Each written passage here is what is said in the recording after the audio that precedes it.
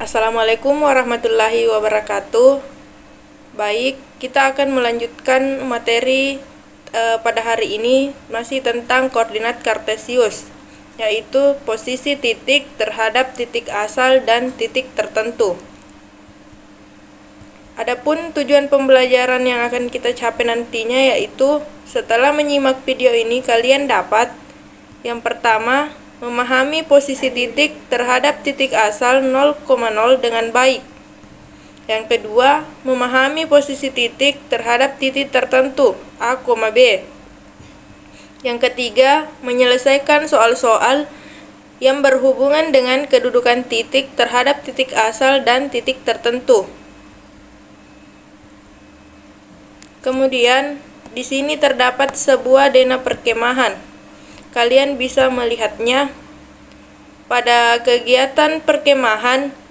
Untuk mengetahui posisi tempat kita biasanya akan dihitung dari suatu titik, yaitu pos utama. Pada bidang kartesius, biasanya posisi tersebut akan dihitung dari titik 0,0 ataupun titik tertentu.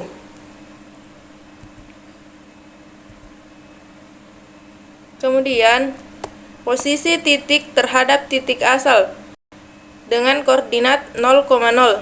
Jadi, pada bidang koordinat kartesius ini terdapat sebuah titik asal yaitu 0,0.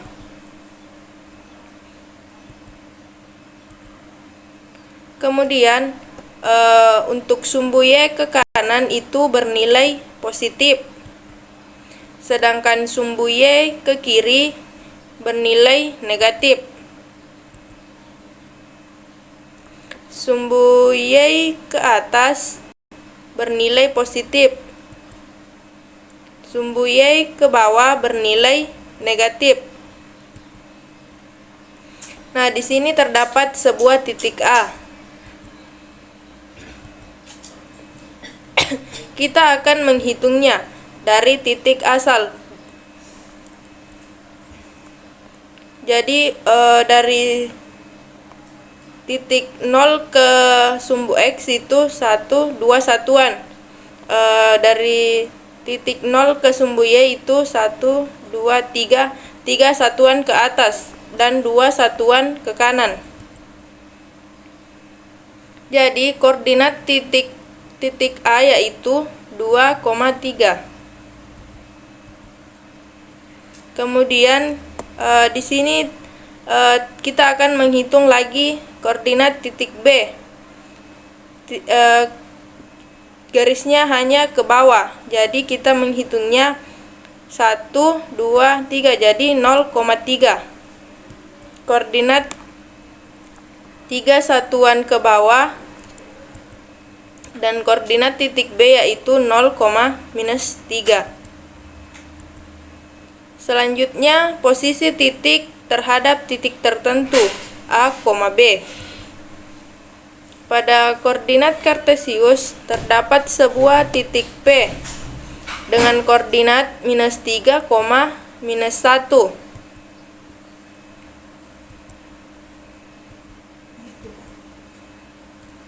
Kemudian terdapat sebuah titik A.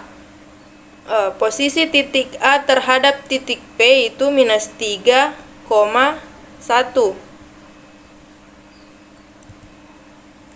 Kita bisa melihatnya. Di sini terdapat sebuah garis.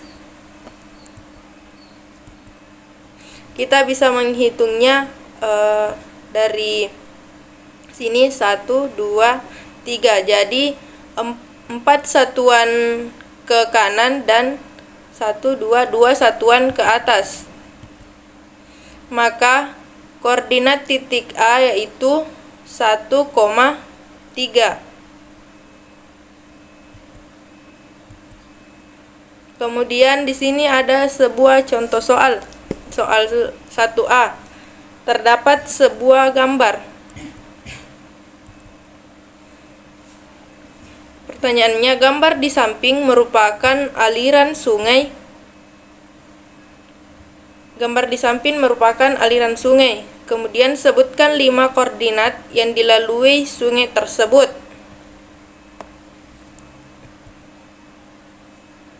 Di sini titik A dengan koordinat minus 7,7. Kemudian titik B minus 6,4. Kemudian titik C minus 3,2.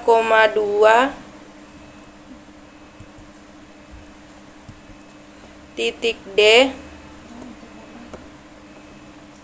0,2 dan titik E 2,4.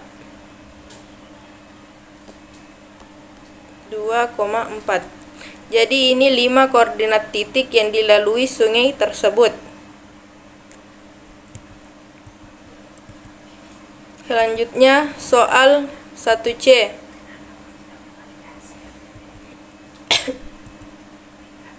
Sebutkan koordinat titik A, B, C, dan D terhadap G. Di sini koordinat titik G yaitu 6,2. Jadi kita menghitungnya dari sini ke G. Kita menghitung berapa satuan. 1, 2, 3, 4, 5, 6, 7, 8, 9, 10, 11, 12, 13. Jadi 13 satuan ke kiri dan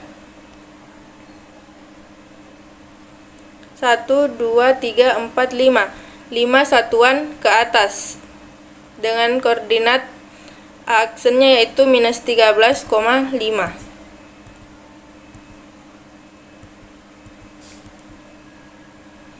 Kemudian soal selanjutnya yaitu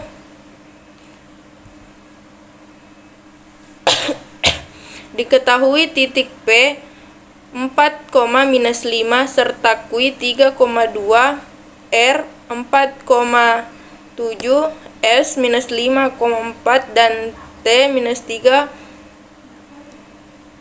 minus 6.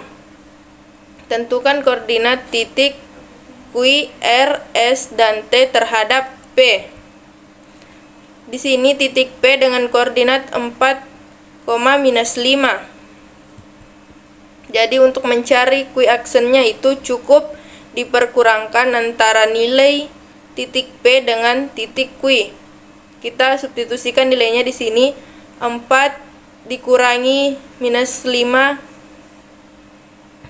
4 dikurangi 3 yaitu 1, minus 5 dikurangi minus 2 yaitu minus 7. Sedangkan untuk R aksennya 4 dikurangi 4, 0, minus 5 dikurang minus 7 yaitu minus 12. Untuk S aksennya itu 4 dikurang minus 5 sama dengan 9, minus 5 dikurang 4 sama dengan minus 9. Dan T aksennya 4 dikurang minus 3 sama dengan 7, minus 5 dikurang minus 6 sama dengan 1. Jadi itulah tadi koordinat titik Q, R, S, dan T terhadap P. Selanjutnya soal keempat.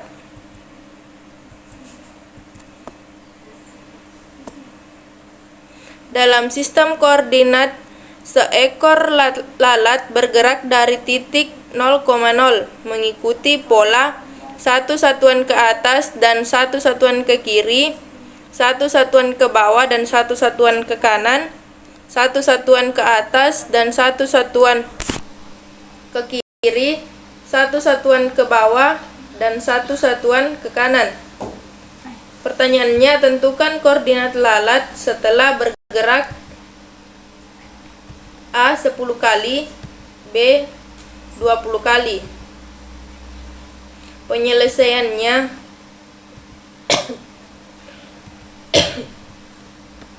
di sini titik asalnya itu 0,0. Kemudian mengikuti pola satu satuan ke atas dan satu satuan ke kiri. Kemudian satu satuan ke bawah, satu satuan ke bawah dan satu satuan ke kiri. Jadi gambarnya seperti ini dengan koordinat yang titik tadi yang pertama minus 1,1 dan titik yang satunya 0,0. Begitupun seterusnya. Jadi pola 1 itu minus 1,1, pola 2 0,0, pola 3 minus 1,1, pola 4 0,0. Di sini kita dapat lihat bahwa untuk nilai untuk pola ganjil itu bernilai negatif, sedangkan pola genap bernilai positif.